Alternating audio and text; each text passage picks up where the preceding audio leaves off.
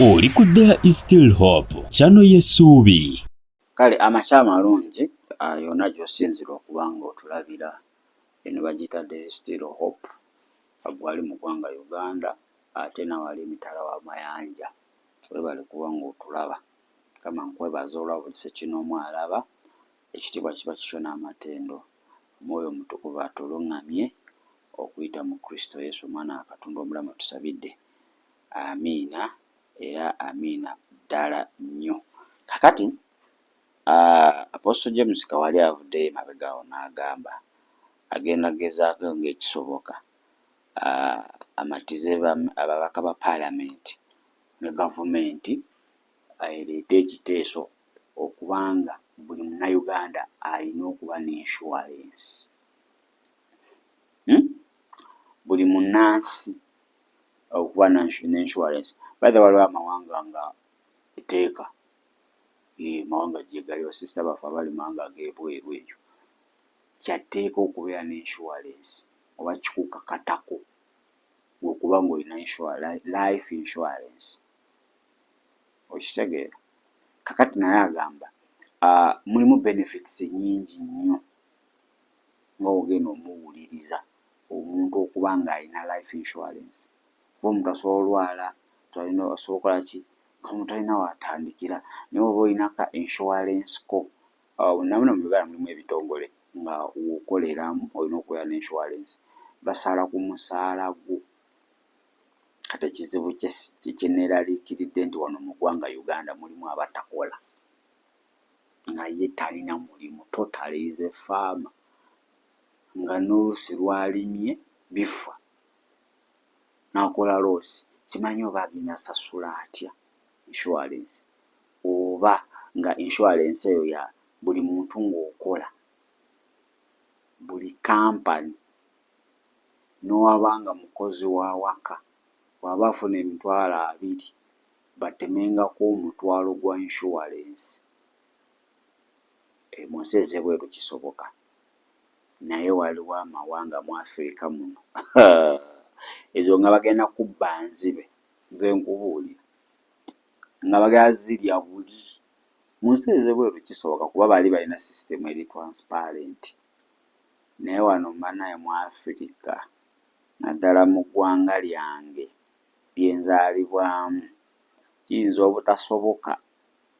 Etteeka lisobola okuyita naye ate ne litakola abantu ne bongera ne libanyiga bunyiza ate omuntu ajja tuuka ogenda nga ssente teri naye amakampuni mwegali muno n'abakozi ba gavumenti I think abasinga abamu balina insurance companies n'ebitongole ebimu naddala ebyo ebivuddeko ebweru okujja muno birina that program. Kale leka nkuwe Apostle James Kawalya nga ataputa ensonga ze nnungi nnyo naye eggwanga mwayagala kibeere kyandiba ekizibu. Kale kanzije. I'm going to be lobbying those in authority, the members of parliament and others, and say, can we bring this as a policy? Can we have the National Service Act as a law in our system?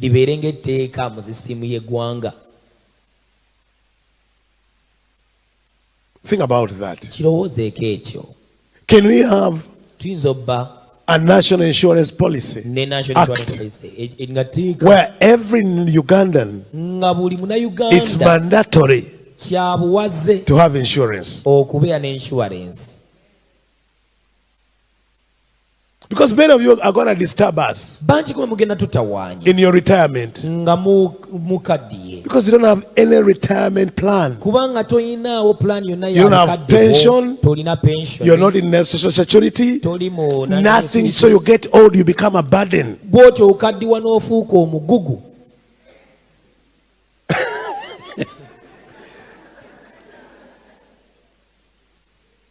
After you are 70, you cannot work. Nothing is there for you. No retirement, no pension, no insurance, nothing. And I can tell many of us here, you are taking your insurance in heaven.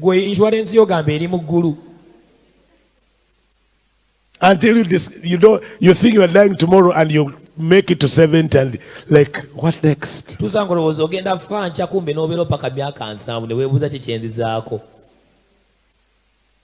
But if you are here and you're in consecration and you know in 5 years your insurance is maturing, you will consecrate yourself different. You will not be as desperate as some of you behave. Because you know in 5 years my pension is coming. You know, if I go now, my insurance will take care of my family.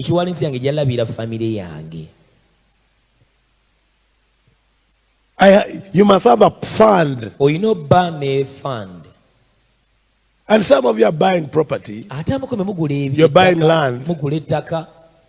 Only one day to discover one wicked leader comes and take the land. Someone comes and take your property.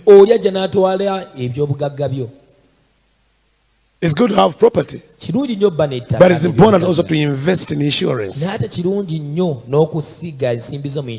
in trust funds.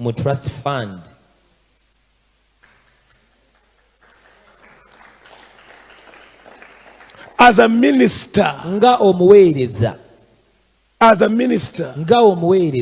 forget about I'm believing God something is coming. Yes, it's coming. But you must have what God will bless. And you are not going to depend on handouts, on offerings, on seed, on tithe. It's not even enough to sustain you. As a minister, begin to think about investments. About investments. And investments that are good. Not in trade, but in investments. Think about that. I've been thinking about that today, my time of my meditation. And I'm saying, there's one thing that's missing. What if I was living like most pastors, ministers, who depend on sowing seeds and offerings and tithes? There is no way I'll be doing the things I'm doing. There's no way I've been living the life I'm living. No way. No way. And I said, I think I need to tell my brothers and my sisters, it's not about just praying and praying. It's also planning. I can go to my funds, different portfolio, and say, I need this, I'm going to do this, I get this money, do the work of the Lord, and I'm not burdened to do the work of the Lord.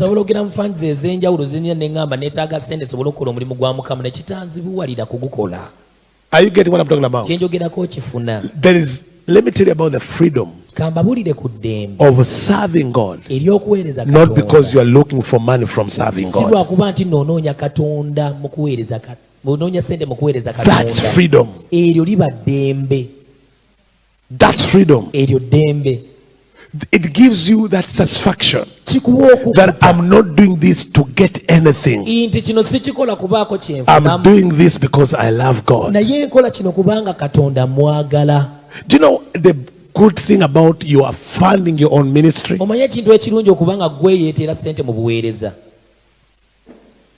put in your money, you travel, you pay your costs,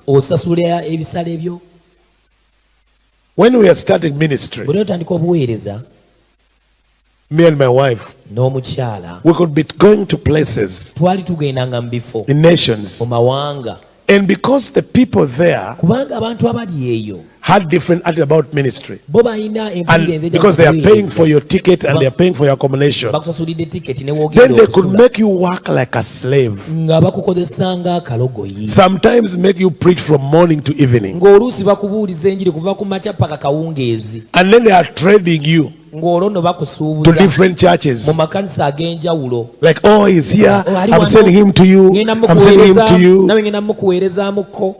And then sometimes they forget that you eat. And then they put in places where you get sick because you have no say. And they'll tell you, sir, about the cost, about the, we have to pay this, we have to pay this. Then sometimes they put you on some flights, funny flights. Those funny flights, because they are cheap. Sometimes you are going to wait in the airport for 9 hours. Then connect to somewhere, and then connect somewhere, and then connect somewhere. Sometimes you are flying for 2 days, 3 days. Because that's the cheap ticket your host can get for you. Until me and my wife, we said God was going to bless us. We looked at our investments and we decided, now when we are traveling, we pay for our bills. If our host cannot pay for business class, we will pay for ourselves. I never sit in a coach. I never fly economy, and I don't ask my host to pay that, and I don't come to the church to ask for my tickets. I go to my account, I go into my funds, and I say, this is the money that I've set aside for my travels. My wife is so beautiful to sit in a coach. Yeah. Those seats where you're sitting with 3 people and someone is sitting next to your wife and dozing and putting their head on your wife, and someone is drinking and snoring and snoring on your wife's head because you are squeezed in a seat.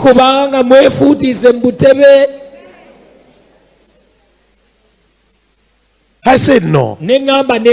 Said to her, honey, you fly business, all first class, all as long as we can't, if we can't afford, we don't travel. If our host cannot afford what we want, we pay for it, and we are happy to do that. We are so happy to do it. And then even in the hotel, we say we want where the best hotel, and because we can pay for it. But you can only do that if you have a plan. If you have a plan, if you thought beyond offerings, and just say, I need to invest. I'm sharing this with you, heart to heart as a minister. Heart to heart as a minister. I have seen God bless companies because I have invested in them. And that's how God blesses me. That's how God blesses us. He's asking, what am I going to bless? Start small.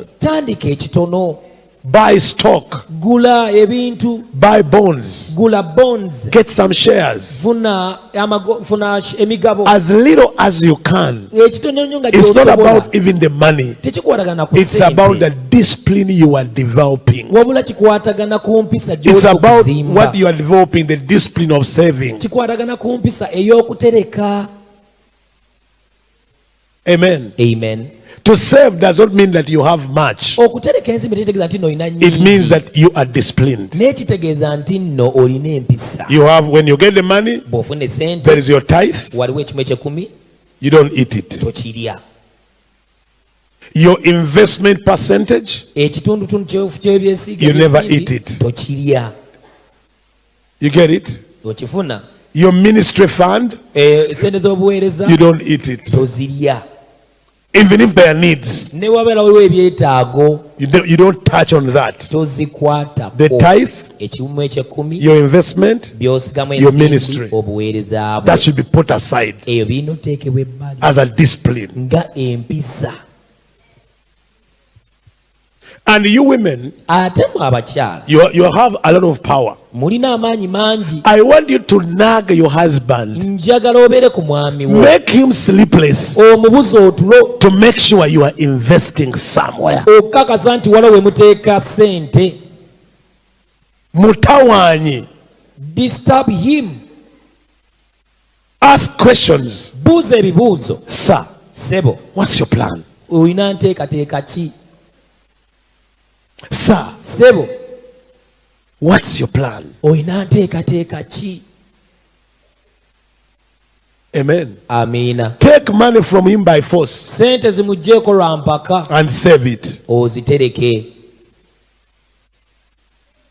When he gives you money for some things, for luxury, it tells, honey, this money is to buy a new TV.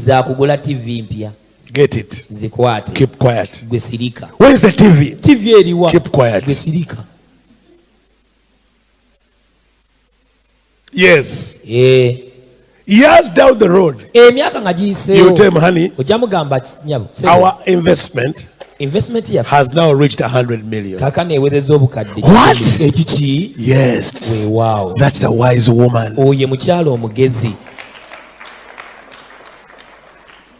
That's a wise woman. Let me share with you something personal.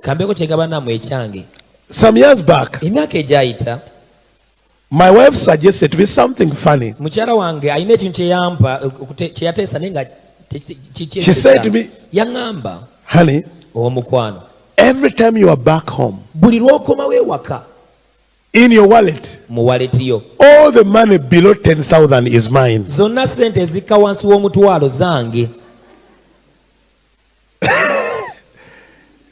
And I said, like 1,000, 2,000. He said, it's mine. So every time I could come home, she would say, the wallet. I get the wallet. She removes all the money below 10,000. Or even if it's in the car, anything below 10,000, or in my pockets. At first, I didn't understand what she was doing. Money below 10,000. Little money. But then I could go home and realize, oh, we have a new table. What happened to this? She says, my money. Say, oh, we have a new wardrobe. What has happened? She said, the little money I collect from you. So I began to say she was furnishing the home, and I was not feeling the pain of spending. Are you getting what I'm talking about? And then one day, she bought for me a very expensive suit. I said, how much is this? A lot of money. Millions. Where do you get the money? My little man I get from you. I wish you were a wise woman like my wife.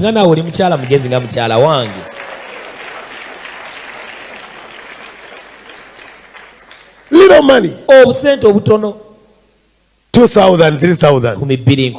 Her work was when I come home. Say, sir, Sebo, give me what's mine. mpe ebyange. Anything in your wallet Buli kyonna ekiri mu wallet yo below 10,000 is mine. wansi w'omutwalo kyange.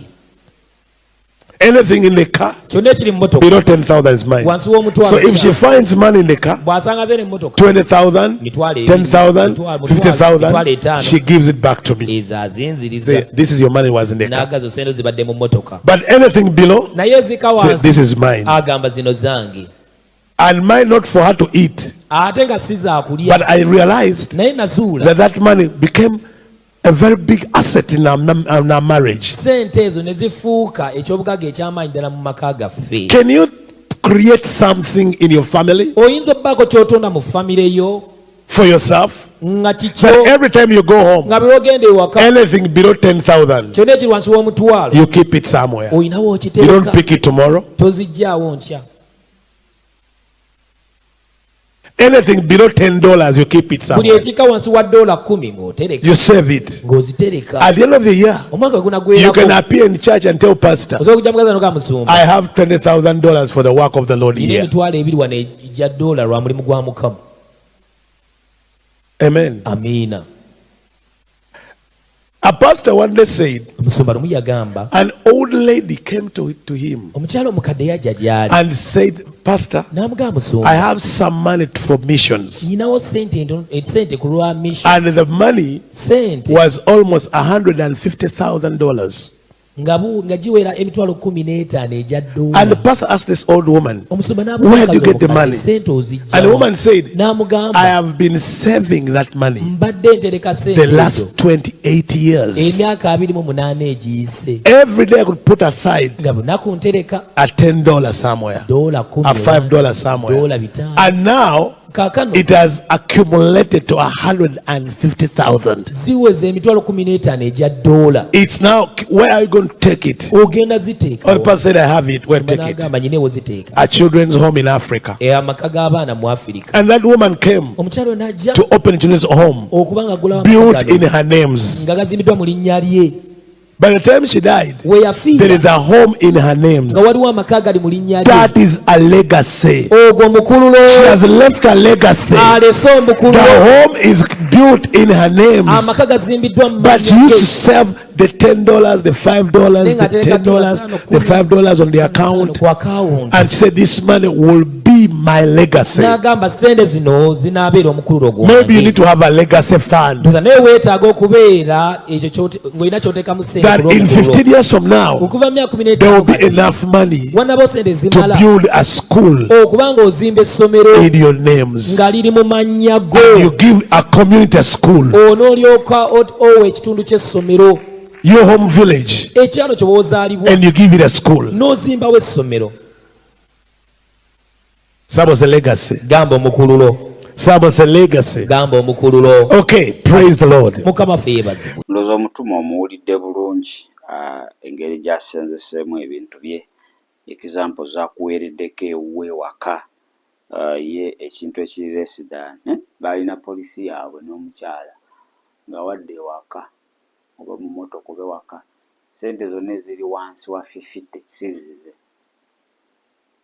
Nti aposo wadde waka ng'ayinamu ak'omutwalo 5,000, 2,100 teziba zize omukyala atwala ntwale n'atereka banga lyayitawo nga balinawo n'akantu akasobola okuba nga atekakola ekintu ekyamakulu. Then that is a good thing. Buli mwami oba ng'osobola okuba nga budde waka nti mukyala wenzire waka 10,000 binusunusu ebyo twala bitereke sala kumanya lekeramu 5 kwambuka. Then muba mutandise insurance policy yammwe waka egenda bayamba kaisaba nga omukazi mwesigwa wazaala zino oyinza okomekereza ogenda omugamba sente ngewaka ewaabwe ennyumba ewedde bayingira nasente yazizimbamu waabwe obanga aguze nga biteeteeyi makeup nga bakunyirira kyusa nviiri kumbe ezimutereka zakolamu eso. Ekyo kiba kirungi ng'osanze enoble woman, omukazi alimu embala amanyi kyayagala naye b'ennaku zino bano abadootiko Mukama Katonda wange ajja gamba ate kati ajja kuwa statements. Naye katuddeyo ku nsonga ya Pastor James Kawalya. Ekyo ekiteeso kirungi by the way I'm not against insurance. Insurance nnungi obanga olina obusobozi. Ekyokubiri, balina osooka basomese bannansi abamu tebabitegeera insurance bitambula bitya. Tebabitegeera. Ekyokusatu, insurance zirina obukwakulizo bungi. Wano MTN yalina insurance kyeyo gye kimanyi ng'ofunye akabenje, naye muganda wange obukwakulizo okufuna ssente ezo oyinza n'okwejjusa. Ate balina okujja, ate olina osooka kumala ku kitanda ennaku weeziti, ate basindika abakugu, ate bannange. So babireeta nga biringa ebigenda okugasa, naye bagenda okukomekeza nga bakubbye, nga ssente togenda nazifuna, nga n'abakugu bayinza okujja kasita bawa lipooti yaabwe gwe togenda kufuna eri negative. Ate abamu baapanga obulwadde nga bapanga ne bazifuna. Kakati n'olaba nga tebiri mu transparency. Naye mu mawanga gali agaakula ag'abakyeruppe ebintu birina transparency, bisoboka ate abantu babiganyuddwamu nnyo. By the way, kiyinza okubeera ekizibu okusevinga nga ssente, naye ate endwadde yo tomanyi weegenda kujjira. Obeerako n'akasente akasobola okuyamba, then kiba kirungi. Lwakuba nti zino insurance zirina disadvantages 3 eri gwe yalokoka oba eyakkiriza. 1, reliance. Abantu balemerera kati okubanga balirayinga Katonda, nerayinga ku insurance. Watunulayo ku akawunti nga alinayo obukadde nga 10 mu insurance. Akati Mukama amusaba obukuumi bwaki? Obukuumi bwaki nga wali obukadde 10?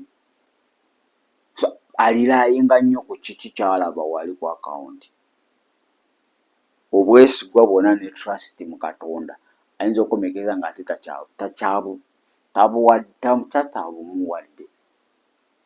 Okitegedde? So zitwala nnyo reliance eyo, kubanga n'obadde olirayinga Katonda biki. Kakati otandika okubanga olaba eri ng'akantu kagezzeemu, you rely on that. That's disadvantage number 1. Disadvantage number 2, fear and not wisdom. Otambula nnyo mu kutya. Balina insurance policies ez'enjawulo, death, biki. Waliwo ekimanyi bagala bikunyonyola n'obalema omutwe gukyamuse, kulwala. Katonda asobola okuwa obulamu n'omala emyaka 10 tolwadde. 10! Abantu bamaze n'emyaka 2 tebalwadde, ezo nga bameketa, ate bali ku mukuggo nga balya. Naye wali ezo ssente ng'obadde ozeeterekera myaka 2 gw'omanyi ssente z'oba oterese, n'ogenda n'ozidone n'okolamu ku ssente oba n'okolamu ekintu kyonna, lwakuba kizibwa nti kati emyaka 2 otereka akasente ne kabeera. It's very hard. Naye oba ofunye fixed account kisoboka. Kakati zino insurance zitutambuliza nnyo mu kutya. What will happen? So netutakozesa magezi ga Bwakatonda. N'ekyokusatu, azituleeta okuba nga tufokasinga nnyo ku material security than God. Iyo omuntu nze ababbi ne webajja nina insurance. Emmotoka yange ne weggwawo nina insurance. So material security. Naye ng'ate sigambye nti mbi. Ngenda kujja wano nkukolera topic ekwatagana ku ezo insurance. Kanjirabe no topic egamba etya. Kanjirabe wano katono kati gye ngenda okubanga. So gw'alina obusobozi ogenda mu insurance genda. Okuba olina okwegendereza insurance gy'ogenda. Si zonna nti nnungi. Si zonna nti nnungi. Mukama akuyambe omanye entuufu yennyini gy'ogenda okuba ng'okola ki, gy'ogenda okuba ng'ogenda, otherwise ojja kutomera. Ojja kutomera. Mukama akuyambe. Si buli insurance gy'olina ogendamu nti nnungi. Okyuzinge wisely. Era kujja nga njogere ku should a Christian ye topic eriwo. should Christians have insurance policy for protection? Nja kujja mbyogerekaawo mpola mpola topic eyo.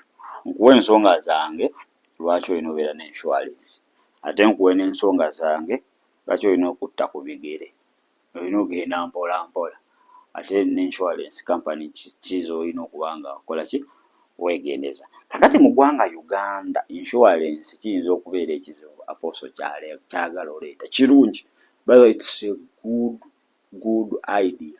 Ne wano mu Uganda kizibu buli omu okubanga alina insurance, kubanga abali unemployed be basinga obungi. Ng'oli amala n'omwezi takutte 1,000 bangi. Kati mugamba nti insurance ya mpaka mwezi ujja kubawo nga talinayo wadde 1,000. So nze naalebadde ngamba kisookere mu ba government workers nti buli akola mu gavumenti olina okubeera ne insurance ku mpaka. Kati kuddeko bino neze nani government organization NGOs ezimu bya mpaka bazikutemako mateeka. Kati bayise etteeka nti buli kitongole, buli company basooke buli company nga ekozesa abantu 10 okudda waggulu bagende nga bakissa mpola mpola paka wekinaatuuka ku muntu wa wansi. Naye ogamba nti ebeere national police, people unemployed, tebalina mirimu. Omuntu omwezi ayinza okuba afuna emitwalo 5 nga afubye, omulala wa season wa bijanjaalo wa kasooli. So ekyo kiteeso kirungi gw'oba weesobola kikole. Mulokole gwe njogera naawe genda gulawo insurance kuba olina okwegendereza.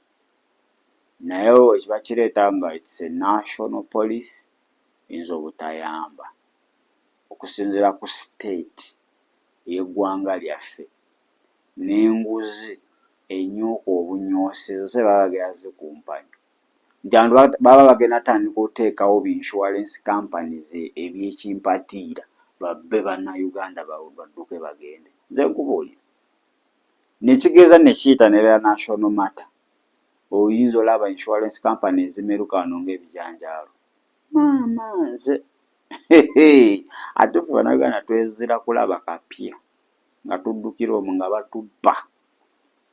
So pozi gavumenti etandikewo national insurance yaayo nti omuntu abe ng'ayingira omwo, okuba nayo nti era obubbi buyitirivu corruption zisobola okubeera embezzled sente era okuba nti awo boyina at least safe side. Naye insurance y'omuntu obuntu nga kitaddewo amaloze soloza n'agenda e Dubai n'agula ekizimbe n'abeera eyo ne muŋaŋala. Naye bwe baya gavumenti nsobola awaddako ne mugenda mu kooti. So Apostle kyalese kirungi nnyo, that's a good revelation. Naye eggwanga lyaffe state mweriiti yo nzibu, naye mwe abeesobola mu kikole n'ezi companies ezeesobola mugende nakyo mu maaso okuba olina okwegendereza insurance company kijogenda musi zonna nti nnungi. Nkubuulira amazima kaneetololemu katono, nja kujja nkubuulire ku insurance companies ezo, nkuwemu guidance okusinziira ku ki ku experience yange gye nali mukeeyo n'omulabe sitaani. Nja kunnyonnyola bungi ndowooza ojja zibuka amaaso ate olonde wisely nga omwoyo omutukuvu amaze okuba nga ate akoze ki akulembedde. Kale ndowooza kaneetololemuko katono wenkomawo bingi bye njagala okuba nga ate twogerako naawe amakya amalungi. Weebale kulaba There is Still Hope. Okumanya ebisingawo tukubire ku 0752 34 14 47 oba ku 0761 08 83 15. osobola n'otufuna ku email eya tshitv74@gmail.com. Eno ye There is Still Hope, channel y'essuubi.